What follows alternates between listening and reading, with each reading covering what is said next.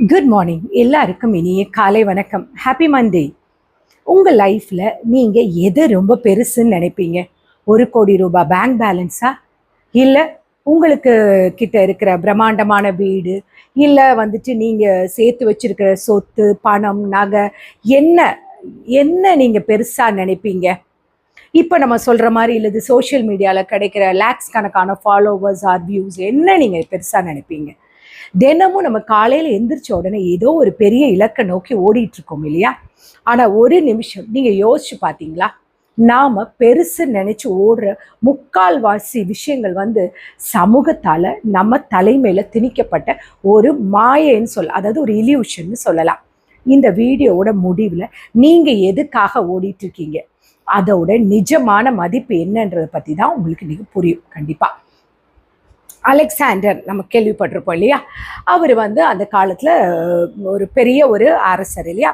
அவரை வச்சு ஒரு சின்ன கதையோடு ஆரம்பிப்போம்.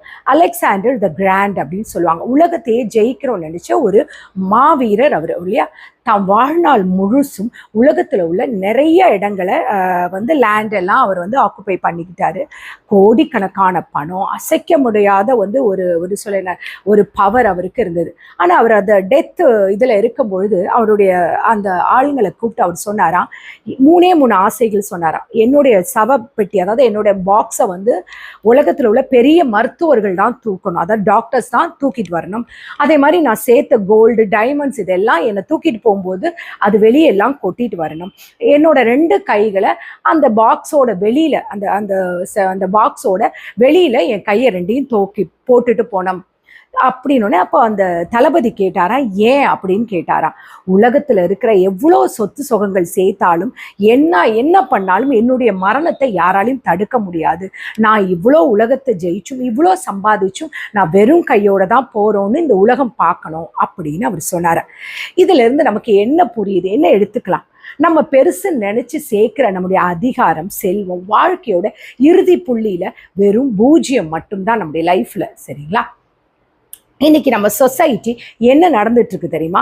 நம்ம அதை என்ன சொல்லலாம், இன்விசிபிள் லோன்லினஸ் ஆர் கன்வீனியன்ஸ் ட்ராப்னு ஒன்று சொல்லுவாங்க. அதாவது என்னன்னா, நம்ம கைக்கு எல்லாமே கை கெட்டுற தூரத்திலேயே கிடைக்குது இல்லையா? அது ரொம்ப ஒரு பெருமையாக நினைக்கிறோம், ஒரு சயின்ஸோட வளர்ச்சின்னு நினைக்கிறோம்.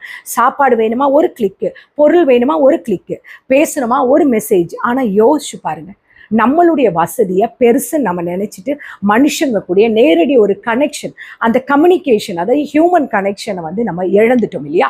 ஒரு காலத்துல பக்கத்து வீட்டுக்காரங்க கிட்ட ஒரு காய் வாங்கும்போது பேசுற அந்த ஒரு முகமலர்ச்சியான பேச்சு, அது தெருவோர கடையில் அந்த டீ கிடைக்கும் பொழுது குடிக்கும் பொழுது கிடைச்ச அந்த ஒரு மனுஷங்களுடைய உறவு.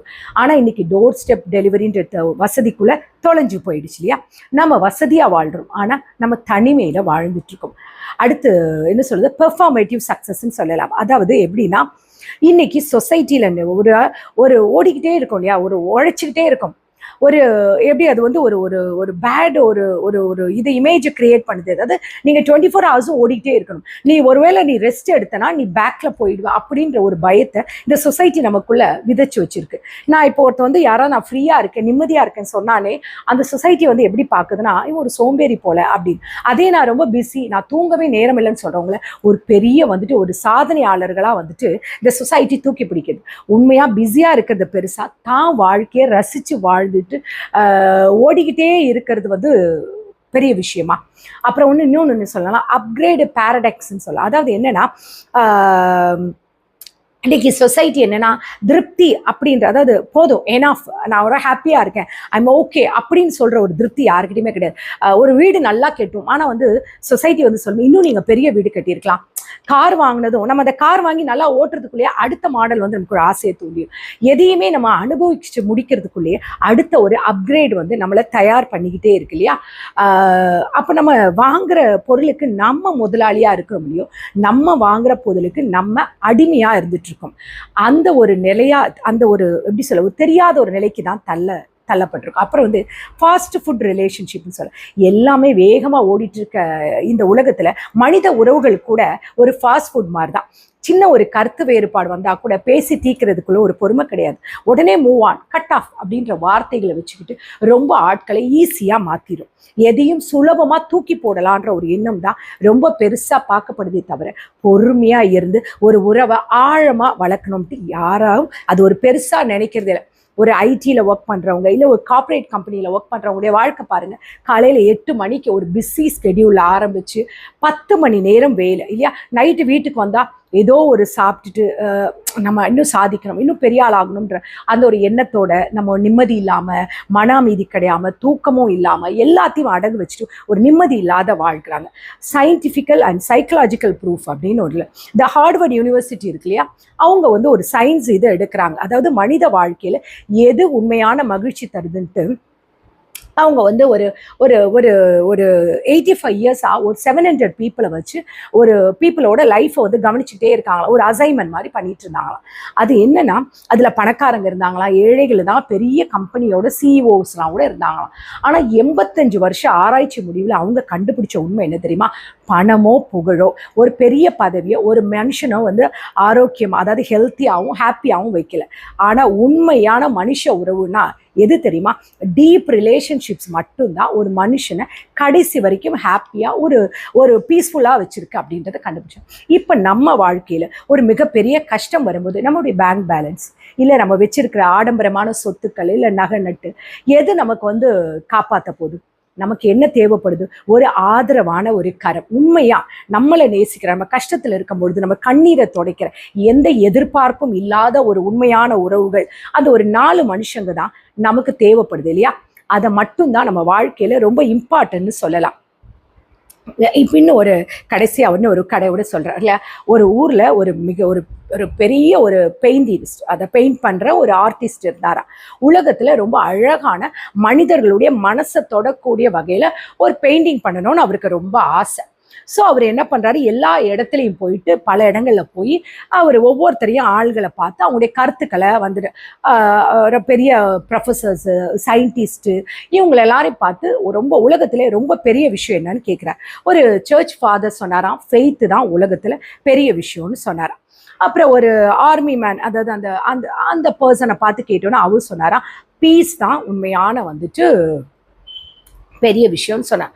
ஒரு மேரேஜ் ஆன கப்பிள்கிட்ட போய் கேட்டப்போ அவங்க சொன்னாங்களா, லவ் தான் வந்துட்டு உலகத்தில் ரொம்ப பெருசு அப்படின்னா. இந்த பெயிண்டருக்கு வந்து பெயிண்ட் பண்ணுறவருக்கு வந்து ரொம்ப ஆர்டிஸ்டுக்கு ரொம்ப ஒரு கன்ஃபியூஷன். இது 3 நம்பிக்கை, அமைதி, லவ், இது 3 எப்படி கொண்டு வர்றதுன்னு தெரியாமல் திரும்பி அவர் வீட்டுக்கு வந்தாராம். வீட்டு வாசலுக்கு வரும்பொழுது அவர் ஒன்றை கவனிச்சாராம். அவருடைய குழந்தைகள் ஓடி வந்து அவரை கட்டி பிடிக்கும் போது அந்த குழந்தைகளுடைய கண்களில் ஒரு நம்பிக்கை தெரிஞ்சுதான்.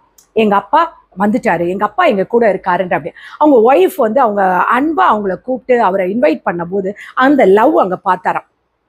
அன்னைக்கு நைட்டு தான் குடும்பத்தோட உட்காந்து சாப்பிடும்போது அந்த வீடு ஒரு காமா இருந்து அப்படியே தூங்கும்பொழுது அந்த வீட்டில் ஒரு அமைதி இருந்துச்சா. அப்போ அந்த பெயிண்டர் ஒரு விஷயத்த கண்டுபிடிச்சாராம். நான் உலகத்துல பல இடங்கள்ல தேடி அலைஞ்ச ஒரு விஷயத்த, அந்த 3 பெரிய விஷயங்களை என் சொந்த வீட்டிலே இருக்கே, நம்ம டெய்லி லைஃப்லேயே அது இருந்திருக்கேன், நம்ம அதை கவனிக்காம விட்டுட்டோமேன்னு அவருக்கு வரைஞ்ச அந்த ஓவியம் தான் வாழ்க்கை, அதாவது உலகத்துல மிகப்பெரிய ஒரு பெயிண்டிங்காக ஆச்சா. அதுதான் வந்து ஹோம். சரிங்களா? இப்போ நீங்க கேட்கலாம், அப்ப நம்ம வாழ்க்கையில நான் எதுவுமே பண்ண வேண்டாமா, இப்படியே நான் இருந்தா போதுமா, சம்பாதிக்க வேண்டாமா அப்படின்னு நீங்க யோசிக்கலாம் இல்லையா. பெருசா ஏதோ நான் சாதிக்க வேண்டாமா அப்படின்னு உங்களுக்கு பல எண்ணங்கள் தோண்டிட்டே இருக்கல. கண்டிப்பா ஓடணும், லட்சியங்கள் வேணும், பணம் வேணும், வளர்ச்சி வேணும். ஆனா அந்த ஓட்டத்துல நீங்க எதை இழக்கிறீங்கன்னா அதுதான் முக்கியமான விஷயம். பணம்ன்றது ஒரு வாழ்க்கையோட ஒரு அன்றாட தேவைக்குரிய ஒரு கருவி. ஆனா அதே உங்களுக்கு வாழ்க்கை ஆகுமா? ஆகாது. ஒரு அழகான வீட்டை கட்டுறது பெருசு இல்லை, அந்த வீட்டுக்குள்ள நிம்மதியா தூங்குறீங்களா, சிரிச்சு பேச ஒரு 4 உறவுகள் இருக்கா, அதுதான் பெருசு. இன்னைக்கு யோசிச்சு பாருங்க, இன்னைக்கு உங்களுடைய வாழ்நாளுடைய ஒரு கடைசி நிமிஷத்துல இருக்கும் பொழுது நீங்க வச்சிருக்க பேங்க் பேலன்ஸோ இல்லை நீங்க வாங்கின லேட்டஸ்ட் ஐபோன் ஆர் நீங்க யாராவது உங்களுக்கு கொடுக்குற ஏதாவது ஒரு பெரிய விஷயங்கள் ஏதோ உங்க கண்ணு முன்னாடி நிக்க போதா? இல்ல என்ன பெரிய பெரிய பொருட்கள், அதாவது உங்களுக்கு என்னென்ன இருக்கோ இது ஏதாவது உங்களை தேடி வரப்போதா? உங்க கண்ணு முன்னாடி வந்து நிக்க போற வந்து 3 விஷயங்கள் தான். 1, நான் உண்மையாவே மனசார நான் இந்த உலகத்துல வாழ்ந்துருக்கேனா, நான் 4 பேருக்கு நான் உண்மையா வாழ்ந்திருக்கேனா, 3வது நான் என் மனசுக்கு பிடிச்ச மாதிரி நிம்மதியா அழுந்தனா, நான் ரொம்ப பெருசு நினைச்ச இந்த ஆடம்பரமும் இந்த அதிகாரமும் எல்லாம் தற்காலிகமானதுதான். நம்ம ஒரு சின்ன விஷயம் நான் அலட்சியப்படுத்துற ஒரு கப் சூடான காஃபி மனசு விட்டு பேசுற 4 நண்பர்கள், குழந்தைகளோட ஒரு சிரிப்பு, நிம்மதியான ஒரு தூக்கம். இதுதான் வந்து ஒரு வாழ்க்கையோட உண்மையான ஒரு பெரிய விஷயம். சரி, வாழ்க்கைன்றது ஒரு ரேஸ் கிடையாதுங்க. ஃபர்ஸ்ட் வர்றதுக்கு அது ஒரு டிராவல் இல்லையா? அதை ரசிச்சு வாழ கத்துக்கணும். சொசைட்டியோட பார்வைக்காக உங்க நிம்மதியை நீங்க வந்து அடகு வச்சுட்டு மற்றவங்க வந்து பிளான் பண்ண அந்த பவுண்டரியில உங்க வாழ்க்கையை பேக் பண்ணி வைக்காதீங்க. இன்னைக்கு நைட்டு தூங்கும்போது ஃபோனை கொஞ்சம் தள்ளி வச்சுட்டு உங்ககிட்ட ஒரே ஒரு கேள்வி மட்டும் கேளுங்க. நான் உண்மையா வாழ்றேனா, இல்லை சொசைட்டி அனுப்பிச்சு கொடுத்தா அதே வேலை நான் ஒரு மெஷின் மாதிரி ஓடிட்டு இருக்கேன்னா? பதில் உங்ககிட்ட தான் இருக்கு. வாழுங்க.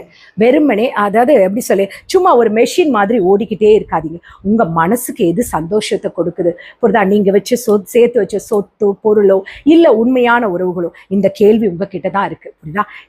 இன்னைக்கு உங்களுக்கு ரொம்ப இந்த நான் பேசின விஷயம் உங்களுக்கு பிடிச்சிருந்தா மறக்காம உங்களுடைய கமெண்ட்ஸை போடுங்க. இன்னும் நிறைய பேர் உங்களுக்கு தெரிஞ்சவங்க இதை மாதிரி ஓடி ஓடி ஒரு நிம்மதி இல்லாம சொத்து சேர்க்கணும், அது பண்ணணும் இது பண்ணணும்னு சொல்லி ஓடிக்கிட்டே இருக்காங்களா?